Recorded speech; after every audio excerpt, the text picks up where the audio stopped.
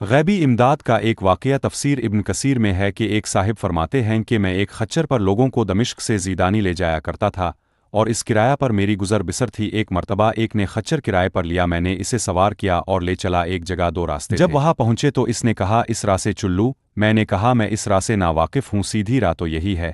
اس نے کہا نہیں، میں پوری طرح واقف ہوں، یہ بہت نزدیک کا راستہ ہے۔ اس کے کہنے سے اسی راہ چلا۔ تھوڑی دیر کے بعد میں نے دیکھا کہ ہم ایک بیابان میں آ گئے جہاں کوئی راستہ نظر نہیں آتا، نہایت خطرناک جنگل ہے اور ہر طرف لاشیں پڑی ہوئی ہیں۔ میں سہم گیا۔ وہ مجھ سے کہنے لگا ذرا لگام تھام لو، مجھے یہاں اترنا ہے۔ میں نے لگام تھام لی اور وہ اترا اور اپنے کپڑے ٹھیک کر کے چھری نکال کر مجھ پر حملہ کیا۔ میں وہاں سے سرپٹ بھاگا لیکن اس نے میرا تعاقب کیا اور مجھے پکڑ لیا۔ میں نے اس کی منت و سماجت کی لیکن اس نے خیال بھی نہ کیا۔ میں نے کہا اچھا یہ خچر اور کل سامان جو میرے پاس ہے تو لے لے اور مجھے چھوڑ دے۔ اس نے کہا یہ تو میرا ہو ہی چکا لیکن میں تو تجھے زندہ نہیں چھوڑنا چاہتا۔ میں نے اسے اللہ کا خوف دلایا، آخرت کے عذابوں کا ذکر کیا لیکن اس چیز نے بھی اس پر کوئی اثر نہ کیا اور وہ میرے قتل پر تلا رہا۔ اب میں مایوس ہو گیا اور مرنے کے لیے تیار ہو گیا اور اس سے بامنت التجا کی کہ اب مجھے 2 رکعت نماز ادا کر لینے دیجیے۔ اس نے کہا اچھا جلدی پڑھ لے۔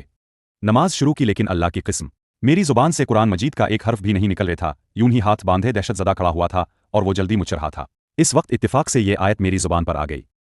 پس اس آیت کا زبان سے جاری ہونا تھا جو میں نے دیکھا کہ بیچ جنگل میں سے ایک گیول سوار تیزی سے اپنا گھوڑا بھگائے نیزہ تانے ہماری طرف چلا آ رہا ہے اور بغیر کچھ کہے ڈاکو کے پیٹ میں اس نے اپنا نیزہ گھیر دیا جو اس کے جگر کے آر پار ہو گیا۔ وہ اسی وقت بے جان ہو کر گر پڑا۔ سوار نے باغ موڑی اور جانا چاہا لیکن میں اس کے قدموں سے لپٹ گیا اور کہنے لگا اللہ کے لیے یہ تو بتلاؤ کہ تم کون ہو؟ اس نے کہا میں اس کا بھیجا ہوا ہوں جو مجبور، بے قصوں اور بے بسوں کی دعا قبول فرماتا ہے اور مصیبت و آفت کو ٹال دیتا ہے۔ میں نے اللہ کا شکر ادا کیا اور وہاں سے اپنا مچھر اور مال لے کر صحیح سالم واپس لوٹا۔ لادا الحق اس کو پکار نہ حق ہے، اس کے سوا نہ کوئی پکار سن سکتا اور نہ مصیبتوں اور پریشانیوں کو دور کر سکتا ہے۔